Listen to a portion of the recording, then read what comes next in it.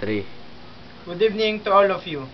The Philippine Supreme Court has suspended implementation of the country's anti-cybercrime law, while it decides whether certain provisions violate civil liberties.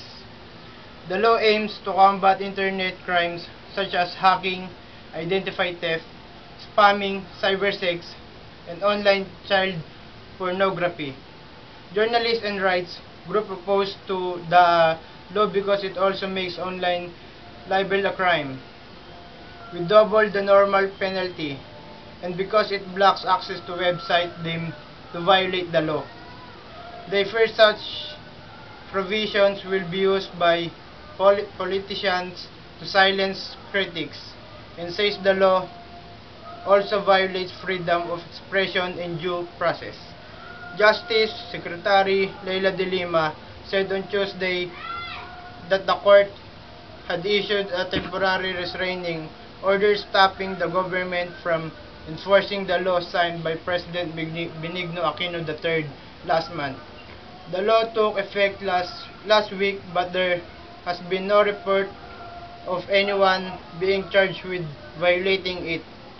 The court suspended the law for 120 days and scheduled oral argument for January 15. It also ordered the government to respond within 10 days to 15 petitions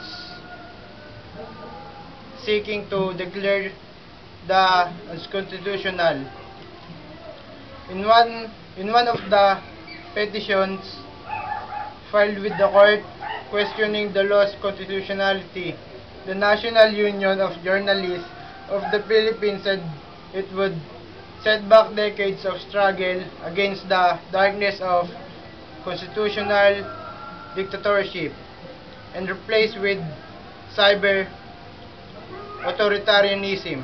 Many Facebook and Twitter users and the portals of several media organizations in the Philippines have replaced their profile picture with black screens to protest against the law.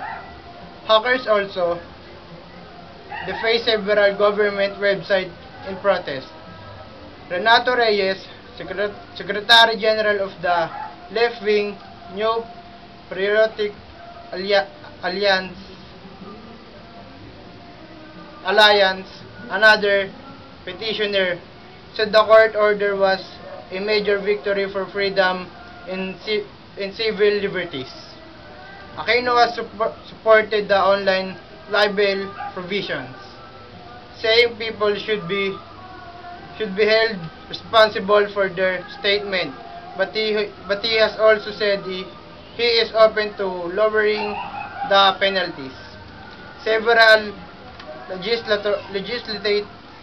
legislators, including some who approved the law, have said they will try to amend the legislation to address civil rights concerns.